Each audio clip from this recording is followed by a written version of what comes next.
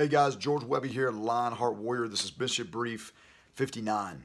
We want to talk today about our design, that we were designed for a purpose in mind. Not just to be set free to just run amok and do whatever, but we actually were redeemed for a particular purpose. Let's look at Ephesians chapter 2, verse 1 through 10. The last verse 10 is actually going to kind of seal it all together for us, but verses 1 through 9 set it up to explain what 10 kind of puts a little bit conclusion or summary on everything. So let's look at it real quick. And this is going to be from the ESV. And you were dead in trespasses and sins, in which you once walked, following the course of this world, following the prince of the power of the air, this spirit that is now at work in the sons of disobedience, among whom we all once lived in the passions of our flesh, carrying out the desires of the body and the mind. And we were by nature children of wrath, like the rest of mankind. But God, being rich in mercy, because of the great love with which he had loved us, even when we were dead in our trespasses, made us alive together with Christ.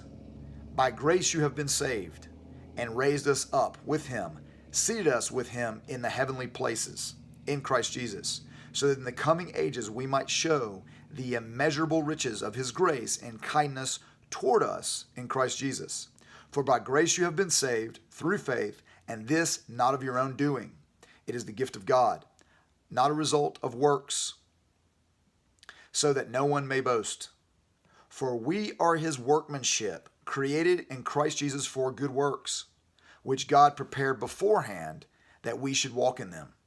So we basically, how Paul sets this up is that he's basically saying, we were this one way. We operated according to the flesh. We operated the same way that the others, the sons of disobedience, operate right now. And that God, in his mercy and his grace, because of how much he loved us, he actually redeemed us and saved us by his grace. And he did that for a particular reason. It says, for we are his workmanship. He created this. He created this faith being, this new spiritual mind-body creature that he redeemed, that used to be part of the sons of disobedience, right? And that is a workmanship created in Christ Jesus for good works. Created in Christ Jesus for good works, which God prepared beforehand. So these good works, God had prepared beforehand for us to do, that we should walk in them. So we have a purpose. Our purpose is to follow after the good works that God has created us for. So basically, we couldn't do it before, but God loved us so much that he redeemed us in his Son. He gave us his Spirit. He empowered us to move on towards these good works that he had designed beforehand that we should walk in them.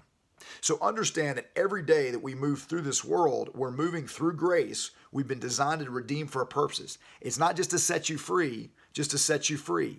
That's part of it, but ultimately he has a plan for us to operate in good works. Now, what does that mean? Obviously, one of the biggest things is going to do what? To spread the gospel. Number two is going to be loving God and loving our neighbor as ourselves. There's a lot of other commandments that Jesus prescribed that we're to follow after, that we are now empowered to do what we weren't empowered to do before because we were sons of disobedience. I hope this edifies you. I hope it encourages you. I hope you take the time to read those scriptures, chapter 2 of Ephesians 1 through 10. Read the whole book in one sitting. That's what I did over and over again. And it helps you to understand exactly where we're at and where we're going and where we used to be. God be with you. And once again, as always, stay in the fight.